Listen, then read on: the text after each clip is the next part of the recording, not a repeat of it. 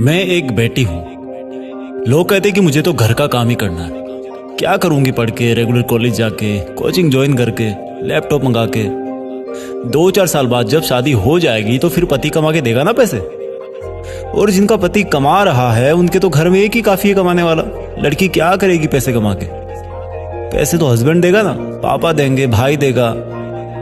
बहुत अच्छा, पैसे सब देंगे, लेकिन एक चीज उसको कोई नहीं दे सकता, वो है उसकी सेल्फ रेस्पेक्ट, सेल्फ सेटिस्फेक्शन, उसका खुद के पैरों पे खड़ी होने का सपना, उसका अपनी जिंदगी अपनी मर्जी के हिसाब से जीने का सपना।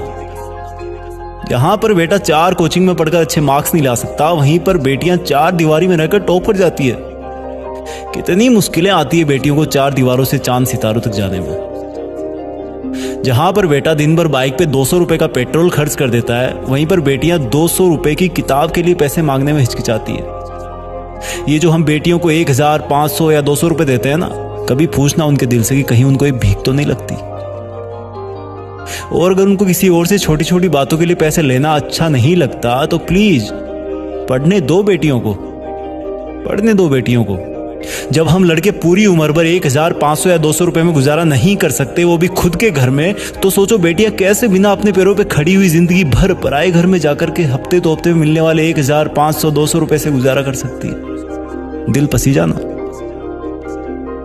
देखो, अगर आप लड़की के बड़े भाई हो, हस्बैंड हो या पेरेंट्स हो, तो उनकी पैरों पे खड़ी ना होने वाली सिचुएशन अपने ऊपर लेके देखो। फिर भी ऐसा लगे कि बेटियां सिर्फ माँ बाप, भाई या हस्बैंड की कमाई से काम चला लेगी, तो मैं कहूं उस तरीके से आज ही हिसाब लगा के देख लेना। डियर पेरेंट्स, ये जो चहकने वाली चिड़िया जैसी बेटी है ना आपकी, वो किसी दिन दूसरे घर की बहू बनेगी।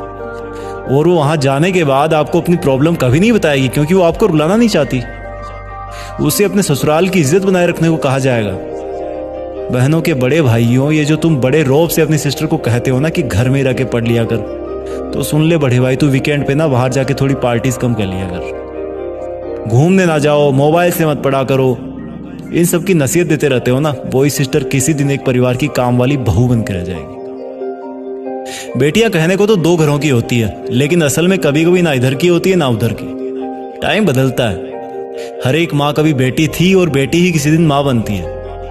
और अगर कोई बेटी इस वक्त जीत फिक्स के इस वीडियो को देख रही है ना या सुन रही है, तो सुनो बेटी, अगर तुम भी बेटी की माँ बनो किसी दिन, तो अपनी कहानी जरूर सुनाना उसको। शायद सब लोग बेटियों को बेटों के बराबर स्वीकारना शुरू कर दें। जब रक्षाबंधन आए तब भले ही तुम अपनी बहन या बेटी को गिफ्ट ना देना, लेकिन उसको एक वचन जरूर देना कि चाहे कुछ भी हो जाए बेटी, मैं तुम्हें तब तक पढ़ाऊंगा जब तक तुम्हारे सपने पूरे नहीं हो जाते। और ये वचन तुम राखी बंधवाने के बाद नहीं दोगे, पहले तुम ये वचन दोगे तब वो तुम्हें राखी बांधेगी। और मेरी बहन, अगर तुझे भी कुछ मांगने को कहा जाए ना, तो तू ये मांगना कि भैया या पापा, मैं इस घर से जाने के बाद तभी खुश रह पाऊंगी जब मैं अपने पैरों पर खड़ी हो जाऊंगी, नहीं तो मैं खुलकर नहीं जी पाऊंगी और आपको अपनी प्रॉब्लम कभी बताने वापस नहीं आऊंगी। आओ कुछ बदलाव करते हैं। जय हिंद।